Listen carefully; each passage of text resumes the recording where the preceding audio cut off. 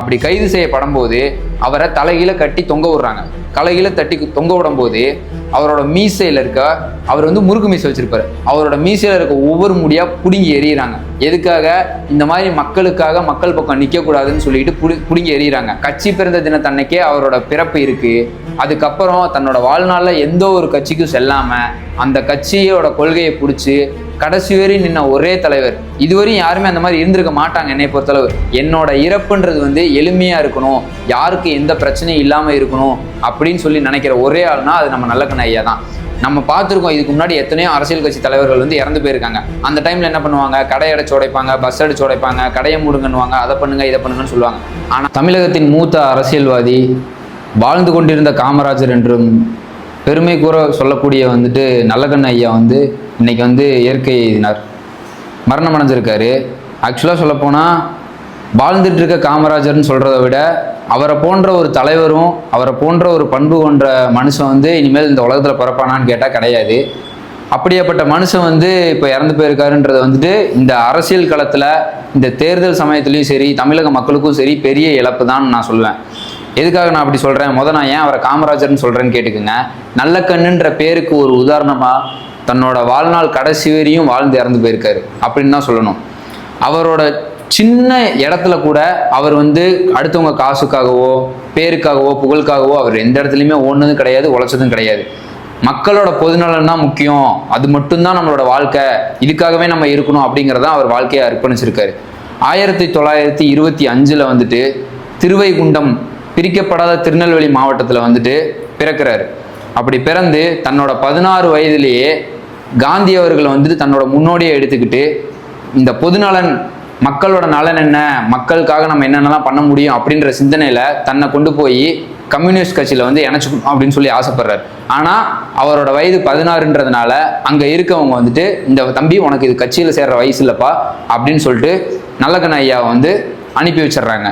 தன்னோட 18வது வயதில் திருப்பியும் கொண்டு போய் அடிப்படை உறுப்பினராக வந்துட்டு அந்த கட்சியில் சேர்றாரு. அப்படி சேர்ந்து அவரோட போராட்டங்கள் எவ்வளவோ இருக்குது, நம்ம சொல்லிக்கிட்டே போகலாம். அந்த அளவுக்கு வந்துட்டு போராடி இருக்காரு. முக்கியமாக அவர் யார் யார் கூடலாம் நின்றுருக்காரு அப்படின்னு பார்த்தீங்கன்னா, விவசாயிகளுக்காகவும் தொழிலாளர்களுக்காகவும் அவரோட வாழ்க்கையில் கடைசி நிமிஷம் வரையும் அந்த அவங்களுக்காக நின்றுருக்காரு. அப்படின்னா அது மிகையாகாது. இன்னொரு பக்கம் அவருக்காக என்னென்னமோ பண்ணியிருக்காங்க. அவரோட 80வது வயது பிறந்தநாள் விழாவில் 1 கோடி ரூபாய் கட்சி நிதி வந்து அவங்க வந்து நிதி திரட்டி அவர் கையில் கொண்டு போய் கொடுக்குறாங்க. நம்மளா இருந்தால் என்ன பண்ணியிருப்போம்? அந்த 1 கோடி ரூபாயை வாங்கிட்டு ஓகே நம்ம இதை வச்சுக்கலாம், நம்மளோட செலவுக்கு வச்சுக்கலாம், நம்ம அடுத்த வரலாறுக்கு வச்சுக்கலாம், அதாவது நம்ம சொந்தக்காரங்களுக்கு வச்சுக்கலாம், ஒய்ஃபுக்கு வச்சுக்கலாம், பிள்ளைக்கு வச்சுக்கலாம் அப்படின்னு சொல்லி ஏதாவது ஒன்று வச்சுருப்பாங்க. ஆனால் சுயநலமே இல்லாத தலைவர்னு நான் ஏன் சொன்னன்றதுக்கு உதாரணம் இங்கே தான் இருக்குது. அந்த 1 கோடி ரூபாயை அதே மேடையில் யார் அவங்க கிட்ட கொடுத்தாங்களோ இதை நீங்கள் கட்சி நிதியாகவே வச்சுக்கோங்கன்னு சொல்லி திருப்பி அதே மேடையில் கையில் கொடுத்துட்டாரு. அவரை வந்து கைது செய்யறதுக்காக 1 வருஷம் வந்துட்டு 1.5 வருஷம் வந்துட்டு அந்த சிபிஐ கட்சியை வந்துட்டு இந்தியாவில் வந்து தடை பண்ணுறாங்க. அப்படி தடை பண்ணும்போது எல்லா கட்சிக்காரங்களும் ஓடி போய் ஒளிஞ்சுக்கிறாங்க. எதுக்குடா ஒளிஞ்சுக்கிறாங்கன்னா, ஒரு போராட்டம் பண்ணுற போராளின்றவங்க வந்து எப்படின்னா ஒளிஞ்சிருந்து அவங்களுக்கு தக்க சமயத்தில் ஒரு அணியாக திரண்டு அப்போ தான் போராட்டத்தை பெருசு பண்ண முடியும் அப்படின்றக்காக பண்ணுவாங்க. அதுக்காக ஓடி ஒளிகிறாங்கன்றக்காக அவங்க தப்பானவங்க, அவங்க வந்து அதை பண்ணிட்டாங்க இதை பண்ணிட்டாங்க அப்படின்ற எந்த இதுவுமே கிடையாது. அப்படி போய் ஒளிஞ்சிருக்கும் போது 1.5 வருஷம் கழிச்சு ஒரு போலீஸ்காரர் கண்ணில் அவர் மாட்டுறாரு. தேடி கண்டுபிடிக்கவே முடியாத ஒரு சுச்சுவேஷன்லேயே அவரை கண்டுபிடிச்சிடறாங்க 1.5 வருஷம் கழிச்சு. அப்படி 1.5 வருஷம் கழிச்சு கண்டுபிடிக்கும் போது அவர் கையில் 2 வெடிகுண்டு இருந்திருக்கு. அவர் நினச்சிருந்தா அந்த 2 வெடிகுண்டை அந்த போலீஸ்காரர் மேலே வீசி எறிஞ்சிட்டு தப்பிச்சிருக்க முடியும். ஆனால் தன்னோட உயிர் வந்து பிரச்சனை கிடையாது, நான் கைது செய்யப்பட்டா அதில் எந்த பிரச்சனையும் கிடையாது அப்படின்னு சொல்லிட்டு கைதாகிறாரு. அப்படி கைது செய்யப்படும் போது அவரை தலைகீழ கட்டி தொங்க விடுறாங்க. தலைகீழ தட்டி தொங்க விடும் போது அவரோட மீசையில் இருக்க, அவர் வந்து முறுக்கு மீசை வச்சிருப்பாரு, அவரோட மீசையில் இருக்க ஒவ்வொரு முடியா புடுங்கி எறிகிறாங்க. எதுக்காக? இந்த மாதிரி மக்களுக்காக, மக்கள் பக்கம் நிற்க கூடாதுன்னு சொல்லிட்டு புடுங்கி எறிகிறாங்க. பின்பு அவர் சிறையிலேருந்து வெளியே வந்ததுக்கு அப்புறம் அவர் என்ன சொல்றாருன்னா, எல்லாருக்கும் எல்லாமே இந்த இந்தியாவில் எல்லாருக்கும் எல்லாமே எப்போ கிடைக்குதோ அப்போ நான் என் மீசையை வளர்த்துக்கிறேன், அது வரையும் எனக்கு இந்த மீசையே வேணாம் அப்படின்னு சொல்லிட்டு அதுலேருந்து இப்போ வரையுமே அவர் மீசை வச்சுக்கிட்டதே கிடையாது.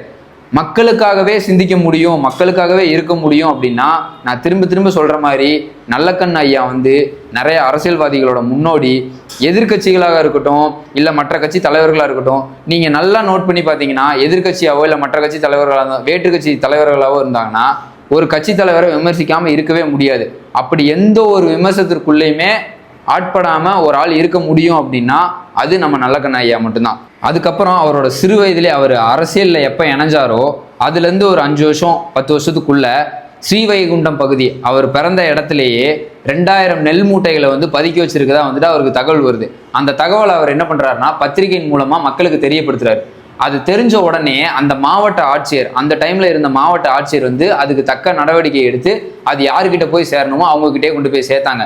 இப்படி அவரோட வாழ்க்கையில ஏகப்பட்ட பிரச்சனை சந்திச்சு சிறை வாழ்க்கை வாழ்ந்து மக்களுக்காக யோசிச்சு மக்களாவே இருந்து அவர் எவ்வளவோ நல்லவு பண்ணியிருக்காரு.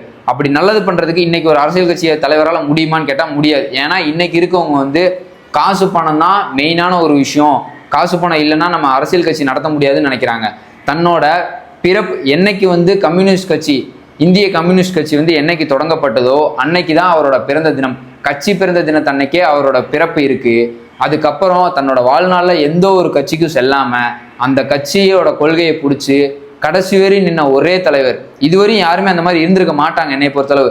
ஏன்னா 100 வருஷம், சரிங்களா, 100 வருஷம்ன்றது நம்மளாம் பார்ப்போமா பார்க்க மாட்டோமான்னு தெரியாது. வர டிசம்பர் 25 வந்தா அவருக்கு 101 வயசு. அவரோட 100வது வயசுல அவர் 18 வயசுல இருந்து 100 வயசு வரையும் அந்த கம்யூனிஸ்ட் கட்சி மேல இருந்த ஈர்ப்புனால அந்த சைட்லயே நின்று இருந்திருக்காரு. அப்படின்னா அது எவ்வளவு பெரிய விஷயமா இருக்கும் நீங்களே யோசிச்சு பாருங்க. மற்றபடி யாருக்கிட்டையும் காசு வாங்கிட்டு அவங்களுக்கு சாதகமாகவும் பேசல, இவங்களுக்கு சாதகமாகவும் பேசல, நேர்பட நேர்மையா அரசியல் செய்யணும்னு சொல்லி நேர்மையா அரசியல் பண்ணியிருக்காரு. அவரோட சித்தாந்தங்கள்லாம் பார்த்தீங்கன்னா நம்மளுக்கு மேலே ஏதாவது நம்ம ஒரு சம்பாதிக்கிறோம், அல்பத்தனமாக நம்ம சம்பாதிக்கிறோம், நம்ம தேவைக்கு மீறி நம்ம ஒரு விஷயத்தை எடுத்துக்கிறோம் அப்படின்னா அது நமக்கு லாபம் கிடையாது, நமக்கு சுமன்னு சொல்லி நினைக்கிறவர்.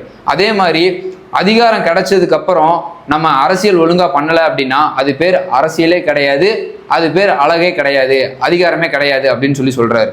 விவசாயிகள் நல்லா இருந்தா இந்த நாடு நல்லா இருக்கும்னு நினைச்சவரும் அவர் தான். அதே டைம்ல ஒருத்தவங்க இப்போ ஒரு அரசியல்வாதியா இருந்து ஒருத்தவங்க இறந்து போறாங்க அப்படின்னா அவங்களோட கடைசி காலகட்டத்தில் அவங்களோட எண்ணம் என்னவா இருக்கும்னா, நம்ம இறந்தோம்னா அது இந்த ஊரே செலிப்ரேட் பண்ற மாதிரி இருக்கணும், அதாவது இந்த ஊருக்கே தெரியணும், அதனால ஏதாவது நடக்கணும் அப்படி இப்படின்னு சொல்லிட்டு என்னென்னமோ ஆசை வச்சிருப்பாங்க. ஆனா என்னோட இறப்புன்றது எளிமையா இருக்கணும், யாருக்கு எந்த பிரச்சனையும் இல்லாம இருக்கணும் அப்படின்னு சொல்லி நினைக்கிற ஒரே ஆள்னா அது நம்ம நல்லக்கண்ணு ஐயா தான். நம்ம பார்த்துருக்கோம், இதுக்கு முன்னாடி எத்தனையோ அரசியல் கட்சி தலைவர்கள் இறந்து போயிருக்காங்க. அந்த டைம்ல என்ன பண்ணுவாங்க, கடை அடைச்சு உடைப்பாங்க, பஸ் அடிச்சு உடைப்பாங்க, கடையை மூடுங்கன்னுவாங்க, அதை பண்ணுங்க இதை பண்ணுங்கன்னு சொல்லுவாங்க. ஆனா அப்படி எந்த ஒரு விஷயமும் நடக்காம இன்னைக்கும் பாத்தீங்கன்னா இன்னைக்கு அவர் இறந்து போயிட்டாரு. ஆனா இந்த சூழ்நிலையில கூட நிறைய கடை ஓப்பன்ல தான் இருக்கு. அவங்கவுங்க விருப்பப்பட்டவங்க தான் மூடுறாங்களே தவிர யாரும் கண்டிஷனா போய் மூடுங்கன்னு சொல்லி மூடல. ஏன்னா அவரோட இறப்பு அவர் ஆசைப்பட்ட மாதிரி இருக்கணும் அப்படிங்கறதான் எல்லாரோட எண்ணமும். மக்களோட பக்கம் நிற்கணும், நம்ம விவசாயிகள் நல்லா இருந்தால் தான் நம்ம நல்லா இருக்க முடியும். அதே மாதிரி உழைக்கிறவன் காசு அவனுக்கு அதுக்கு கரெக்டான ஒரு சம்பளம் இருக்கணும், அது அவன் பக்கம் போய் நிற்கணும், அது அவனுக்கு போய் சேரணும்னு நினைக்கிற ஒரு ஆள்னா அவர் தான். நிறைய போராட்டங்கள் நான் சொன்ன மாதிரி விவசாயிகள் போராட்டம், அதே மாதிரி வேலை தொழிலாளர்கள் போராட்டம், இந்த மாதிரி இடத்துல எல்லா இடத்துலையும் நின்றுருக்காரு. சாதிய எதிர்ப்புக்கு முன்னோடியே நின்றுருக்காரு. அதுக்காக அவர் சிறுபான்மையாரான்னு கேட்டால் கிடையாது. அவர் யார் என்னன்னே இந்த மாதிரி தேசப்பற்று கொண்டவங்க யாருமே அவங்களோட ஜாதி என்ன, அவங்களோட மதம் என்ன, அவங்க எதை பின்பற்றாங்க அப்படின்றத வெளியே சொல்ல மாட்டாங்க. அப்படிதான் இவர் சிறுபான்மையரா இல்லைன்னா கூட அவங்க பக்கம் நிற்கணும், நம்மளோட குரல் அவங்களுக்கானதா இருக்கணும்னு சொல்லி தன்னோட வாழ்நாள் கடைசி நிமிஷம் வரையும் போராடி இருக்காரு. அப்படின்னா இப்படியாப்பட்ட ஒரு மனிதர் வாழ்ந்ததும் மறந்ததும் இனி அடுத்து வர ஜென்ரேஷனுக்கு யார் எடுத்து கொண்டு போவா அப்படின்றது தெரியல. ஆனா நம்மளால முடிஞ்ச வரையும் நல்லக்கண்ணு ஐயானா யாரு அப்படிங்கிறத மக்களுக்கு தெரிவிக்கின்றதுக்காக தான் இந்த வீடியோ.